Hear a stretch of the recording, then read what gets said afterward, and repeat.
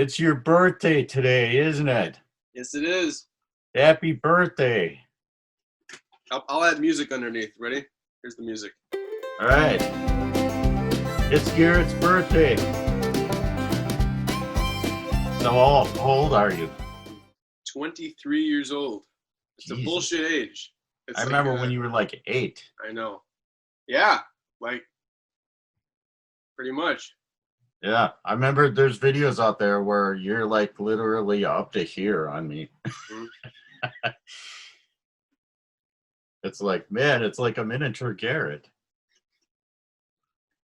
Yeah, they're out there for the completionists. You can find them out there somewhere. Yeah. So today we're doing ECM part 2, I guess, huh? Yeah, part 2 ongoing. Like we'll probably have to. I was looking through trying to figure out what to talk about. We'll probably have to do like 3 or 4 more probably. Yeah, there's a lot of them. I'm always getting new ones. I was thinking we call this one the unusual suspects. Okay, that works for me. Because I got less, for me at least, less obvious stuff. I probably don't have the kind of obscurities that you do, but yeah, I went through and just sort of veered away from anything obvious, other than, well, you'll understand. But I think most of the picks I have here are pretty obscure. Like, I don't think that a lot of this stuff you've even seen. Cool. Yeah. Yeah. I have some obvious people, but not necessarily obvious records by them. Well, there's a lot of interesting collaborations on ECM that I don't think people realize exist. Mm-hmm. That's one of the characteristics of the label is there's a lot of cross-pollination. Right. In other words, there's a lot of artists on the label that collaborated with each other in outside projects. Mm-hmm. And so that makes for some pretty interesting stuff. There's some really cool collaborations. So who's starting today? I'll start today. Okay. I'm gonna start. It's your birthday. You should start. Yeah. Well, I should start every week, but we'll talk about that off camera. Yeah, we will. So, I'm gonna start with an album. This one was very surprising for me. Well, not very surprising, but somewhat surprising. This is a Carla Bley record called Night Oh, that's Glow. a great record. Right? Like, that's the record that got me into Carla Bley. She is unbelievable. Like, because I've heard some of her music before, mostly somewhat through other people playing her compositions. I mean, the Liberation Music Orchestra, obviously she had a huge hand, especially compositionally in that. And then I was listening to another one of her records, and some of her stuff is like really wacky. Like she does not make this shit for the money. It can be. Yeah, but this one is like, this is like, it's like, it could almost be mistaken for like a sellout kind of like trying to make like an easy listening fusion record, but like, it's just so good. It's too complex though. Yeah, there's so much, like, I feel like I'm going to listen to this thing at least 20 more times. Well, Steve Swallow, Yeah. So Steve Swallow, the bass player, this is like one of the jazz power couples, He plays bass melody, like he does the melody on almost all the tunes. And then you also have you got Paul McCandless on all the woodwinds. From Oregon, yeah. And Randy Brecker on trumpet and flugelhorn, and then John Clark, Tom Malone, and David Taylor all on other various Randy Brecker from the mighty Brecker brothers. Yeah, exactly. So yeah, this blew my mind. This is a great, like, it's super fun, but it's not like there's none of the sophistication is sacrificed or anything. It's just a really great feeling, great sounding record. I highly, highly recommend this. This is amazing. Carla Bley.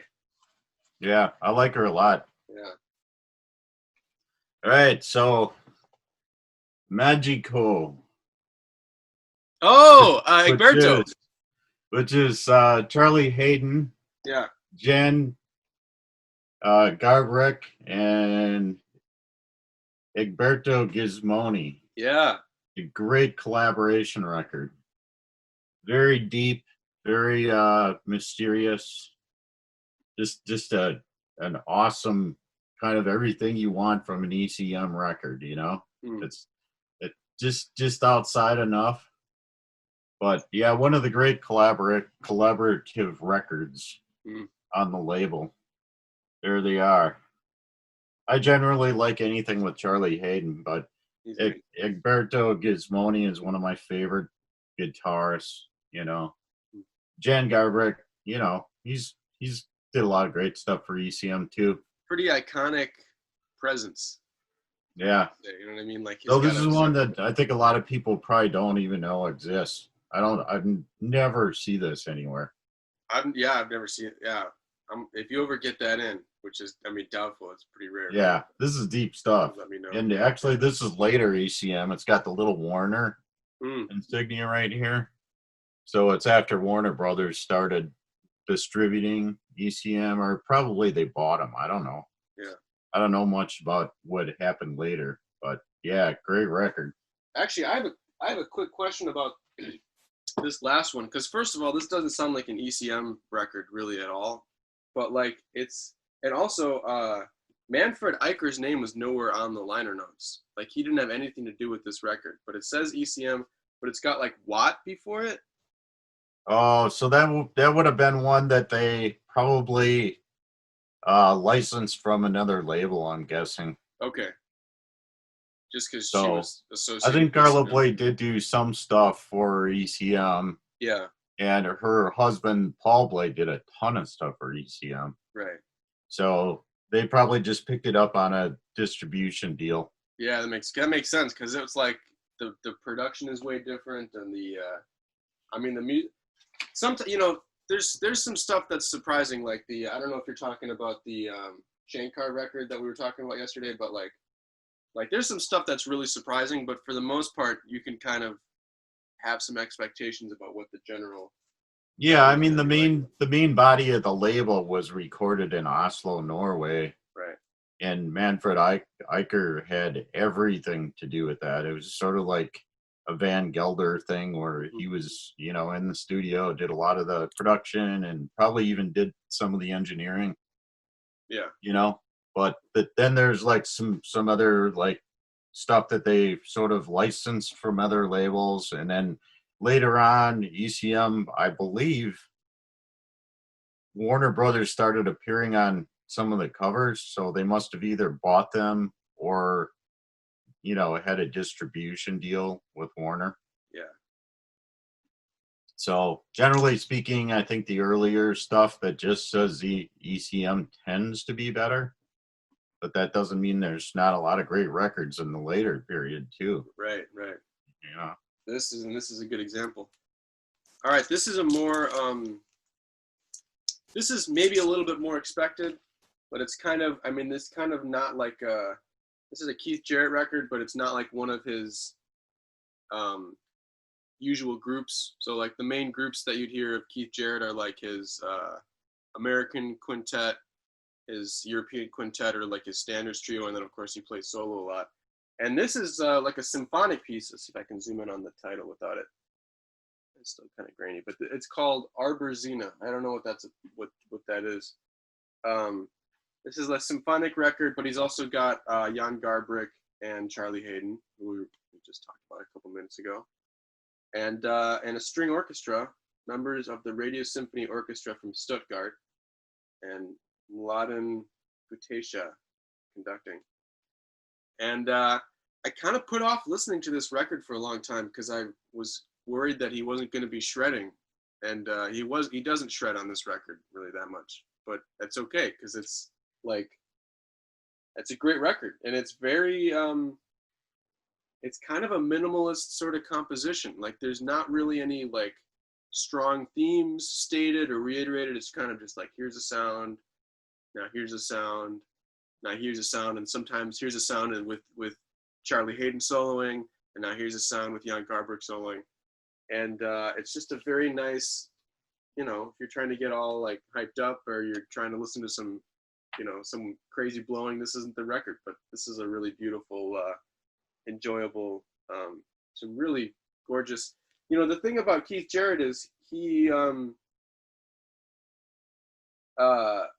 when he plays like fast, shreddy stuff, his harmony, the harmony that he does is usually kind of, it's not predictable because you never know where it's going to go, but it's got a certain sound, very diatonic, folky kind of things.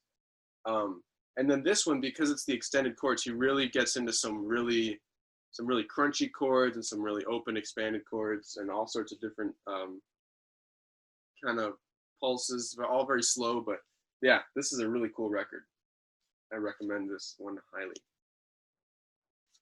And anything, I mean, if you see Keith Jarrett, you know what to do. Yeah, I don't think I've heard any Keith Jarrett stuff I didn't like. Yeah. So this is another sort of obscure one. David Torn, Cloud Above Mercury. And this has got Mark Isham, Tony Levin, and Bill Bruford. Whoa. So it's basically the King prog Crimson guys. Yeah. I don't know how much people know about David Torn. He's kind of obscure, but he's a very experimental guitarist. Does a lot of very electronic based sort of sample guitar kind of stuff, and tends to be pretty layered and pretty complex. But I really like this album. A lot of his stuff, I don't know, it's out there. Yeah. This one is really interesting and fun. Again, it's something I don't see that much, but great record. I've got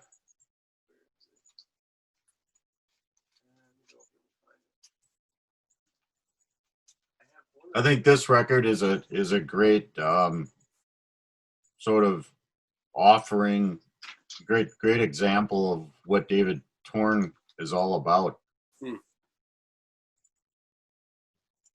So David Torn, Cloud About Mercury. Cloud About Mercury. Oh yeah. Now we're gonna go way back. This is from 1974. I don't know when ECM started, but it's pretty close to the beginning, I think. I think it was more like 69. 69, yeah. 70. Yeah. So this is a great classic ECM yeah, record. It's a great record. I don't know. This is Dave Liebman, by the way, for those of you who are wondering, who is just a monster on the sax. He's incredible. And I saw him he came in to Berkeley a lot with like the Global Jazz Institute, so I would go see him whenever he would come in. And man, this dude from one note, you have no idea where he's gonna go. He's amazing. But this record is very early, and it's a little. I mean, it's kind of got the ECM vibe, but it's a little bit more gruff and kind of like in your face than you would expect. I mean, especially from like the later stuff.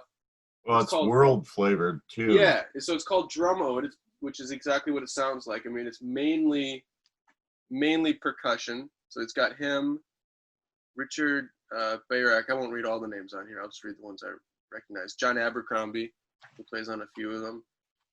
Bob Moses, who's a pretty well respected drummer. He played with Jocko, and or Pat Metheny, I mean, with Jocko, and I think he plays in Boston sometimes.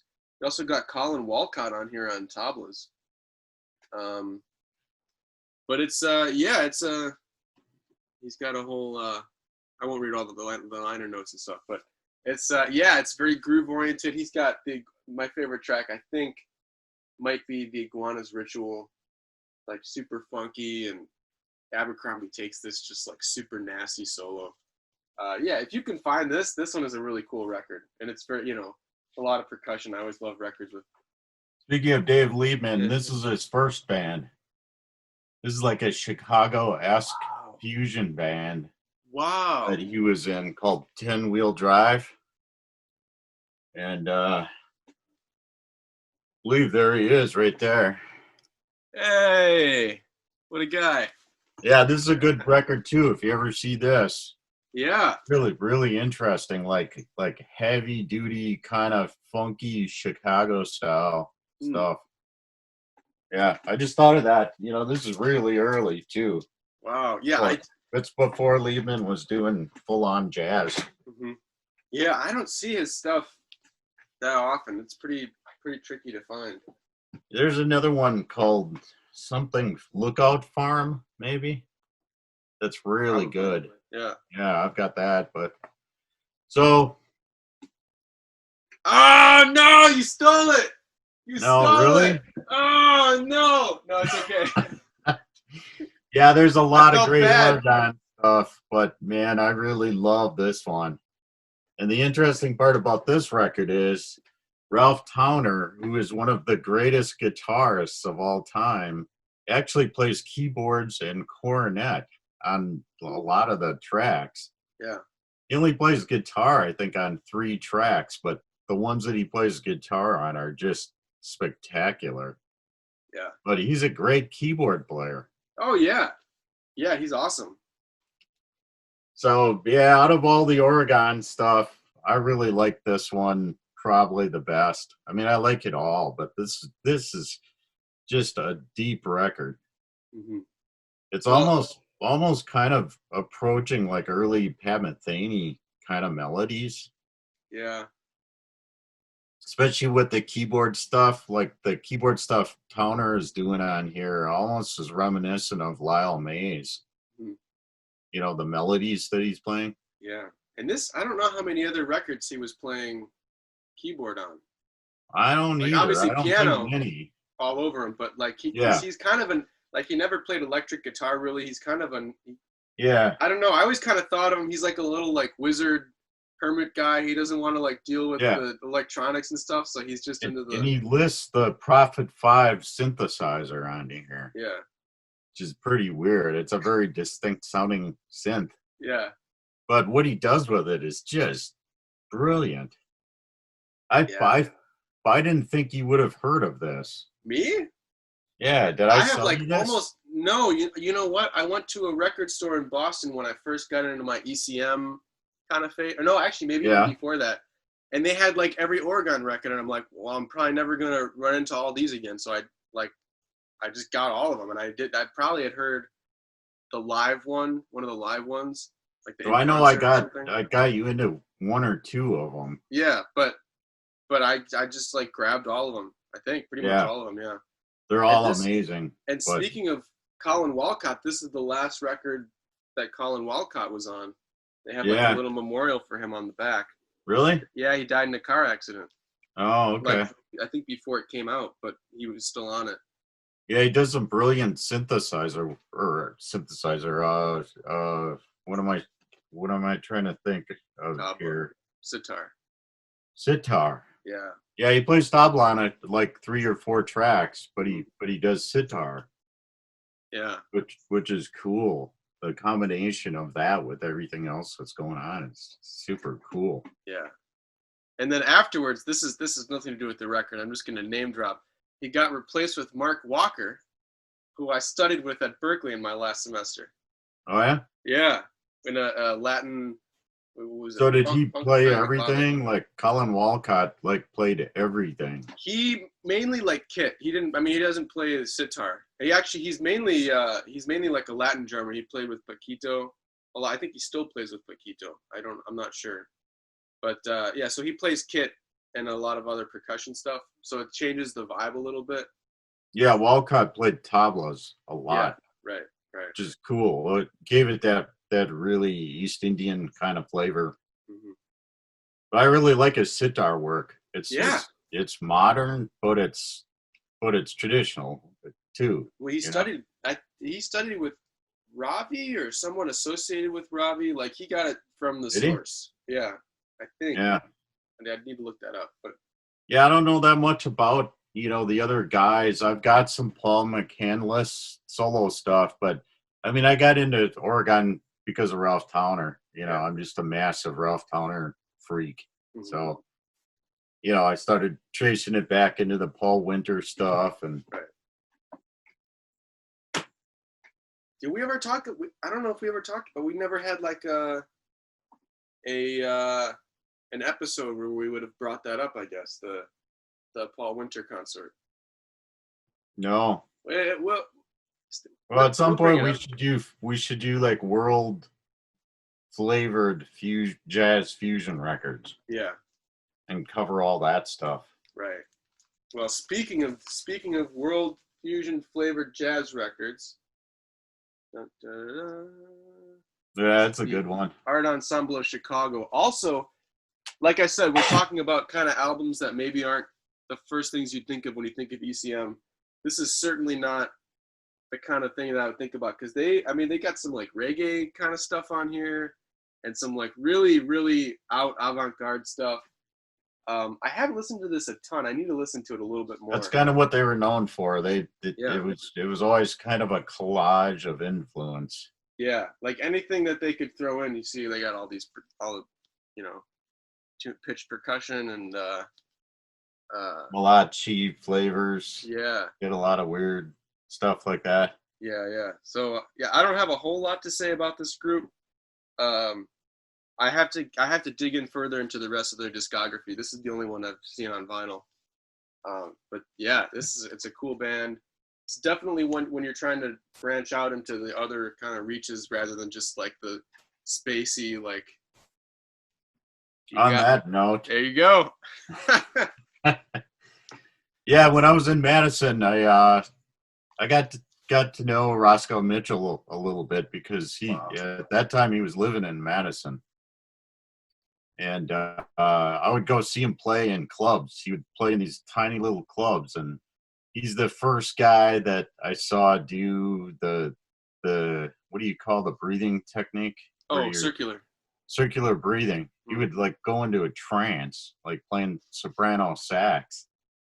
You know, and that's the first time I ever saw that up close. But he used to come in my store quite a bit in Madison. Super cool guy, you know, just like knew a lot of stuff about a lot of stuff. And so I really got into him in that period of my life, I guess. Started really listening to the Art Ensemble a lot. There's some cool photos. So every one of the records is different. They all have a different, collection of influences, and it could be anywhere from African music to like really outside modern jazz. Yeah. But yeah, everybody should at least try to explore these guys. Mm-hmm. Cool stuff. Yeah. So this one, by the way, is called Urban Bushman. And this is one of those ECMs cool that is on Warner. Yeah. Yeah, some cool artwork. Mm-hmm. All right, so this is, I guess, kind of my last one because we had the crossover, which is cool. It's actually kind of cool when we pick the same one, as long as it's not like more than a couple. I got this really early on. Actually, before I kind of knew of ECM as like something that I should be checking out. I just got it mainly because my teacher Mick Goodrick is on here. You see his name is on there.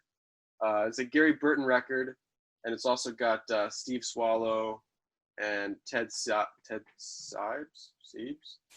and the music is by Michael Gibbs, who I think was a Berkeley professor. Oh, whoa! Holy shit! That's amazing. I was just sitting here. I was playing it a couple nights ago. I figured I'd give you a little. That's cool. Yeah, this is on the ECM as well. Yeah, he only did I think maybe like 2 or 3 solo records. He did one with Liebman kind of recently, I think. Yeah, I've only seen a couple on the ECM. Yeah. Yeah, so this is like I said, so Michael Gibbs, who did the music, I think he's used to be a Berkeley professor. Actually, I think the first year I was there, they were doing like a farewell concert or like a celebration of him or something like that. I don't remember exactly what it was. But this is 7 songs for quartet and chamber orchestra. Very, very pretty. music. Who plays Nice textures. guitar on there? Nick plays Nick does guitar. on the whole thing. Yeah. So this is one of the first kind of deeper ECM records that I got into, and it must have been 3 or 4. I guess it's not that long ago, but like 3 or 4 years ago. This is a cool one. It's got a really pretty album cover. I mean, Gary Burton is the shit, guys. Yeah. Got Gary Burton.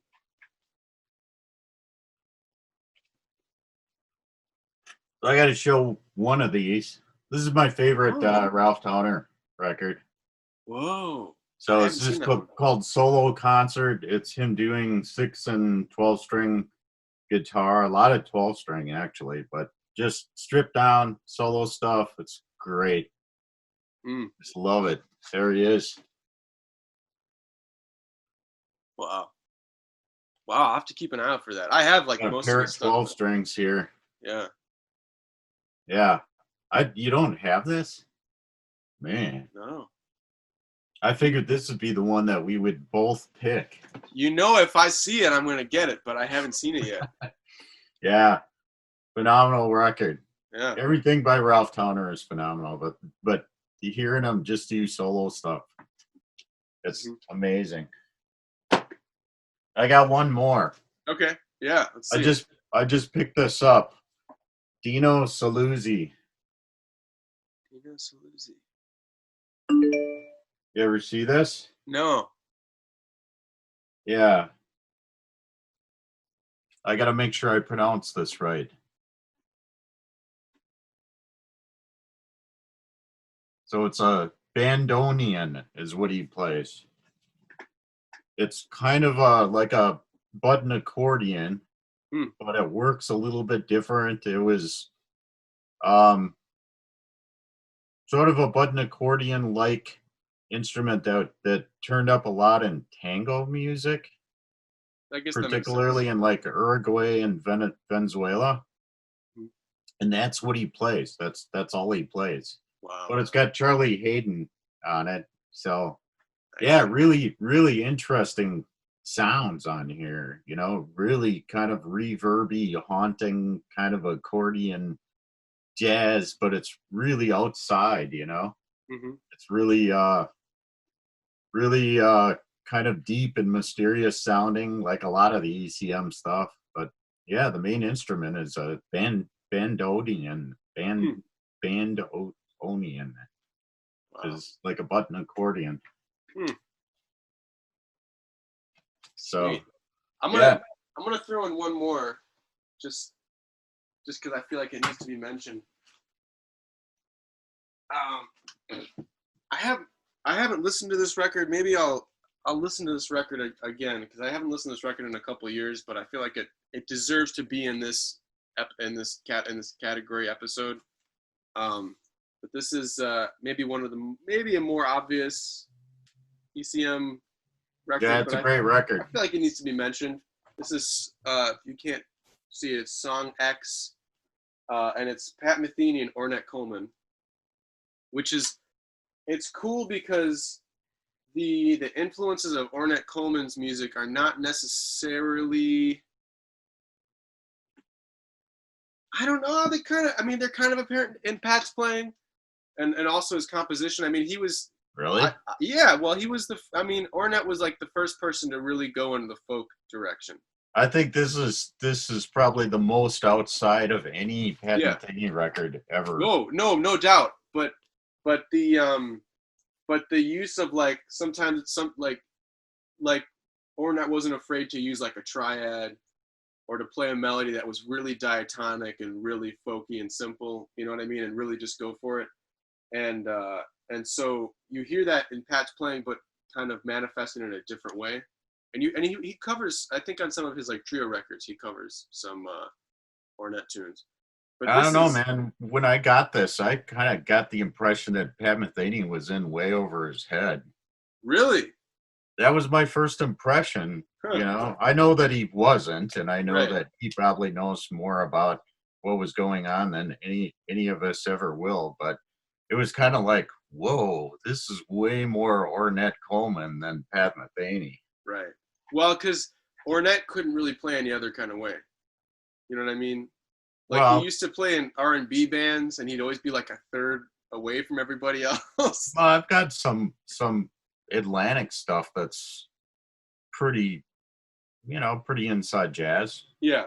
I mean, But he didn't start to get weird until a while later. yeah. But after he did that, like when I think he played with he sat in with the Miles Davis quintet, or Miles Davis sat in with like the Charlie Hayden, Billy Higgins group, and Miles said like I had to do it his way because he really like after he got the harmonic thing going on, he wasn't playing any other way. Yeah. And so I was speaking of Charlie Hayden. You got Charlie Hayden, Jack DeJohnette, who is amazing, guys. He's in the Standards trio. I was maybe going to talk about the Standards trio, but that was way too obvious. So I kind of didn't do that. But man. But that's some of his best work. The Keith Jarrett Standards trio. That for me, my favorite. This is totally unrelated, but my favorite Jack DeJohnette record, I think, is "Power to the People" by Joe Henderson. Yeah, I like Joe Henderson a lot. Woo! I have no idea what the fuck is going on that record, but I love it. That's amazing. But anyways, check this out. If you're afraid of the free jazz thing, but you like Pat Metheny, maybe this will help tempt you in a little bit. I don't know. this will hurt you. No. I don't know. Pat Metheny's playing guitar synth quite a bit on this one, which you kind of have to. Because Denardo Coleman, his son, is also playing. In order to be heard over those two drummers, you kind of have to have like a synth. Yeah, you got to fasten your seatbelt when you listen to this the first time. You got to what? Fasten your seatbelt. Yeah. No, they're not waiting for you to catch up. Yeah. Yeah, it's heavy. It's heavy. Yeah. Well, we talked about some pretty sweet records. I mean, let's be honest, we always talk about sweet records. But yeah. Yeah. So next week we're going to do our top 10 rock albums of all time. I don't know how we're going to condense that into 10 records. So we're each picking 10 records? Yes. We're picking our top 10. Okay, it'll have to be two-part. We'll do a two-part then. Really? It's going to be like 2 hours long. This has been like, we've been on here for 40 minutes talking about 6 records each. You know what I mean? You don't think we can do it quicker? I mean, we can, but also we'll have more. Not that the viewers need to hear this. We'll have more material. You know what I mean? We'll have more views if we make more videos. Yeah. We'll edit that out. We'll work that out. Yeah. Quality. Yeah.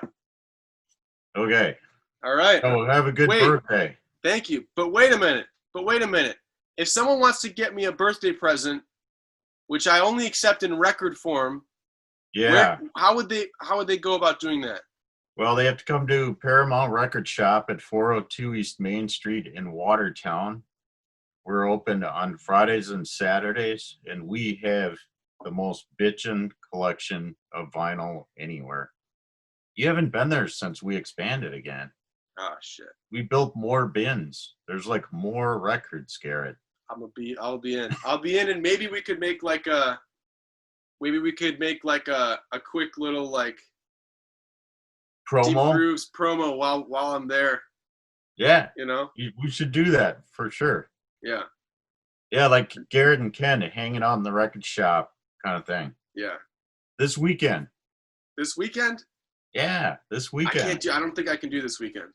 There's so many good records down there that I think I look at them and I go, man, Garrett needs this. Oh, okay. Like there's like this East Indian collection, of Indian music. Mm-hmm.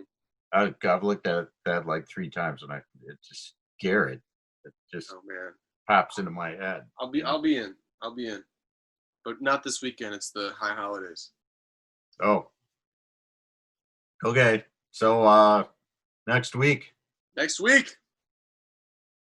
See you there. Bye, everybody. See ya.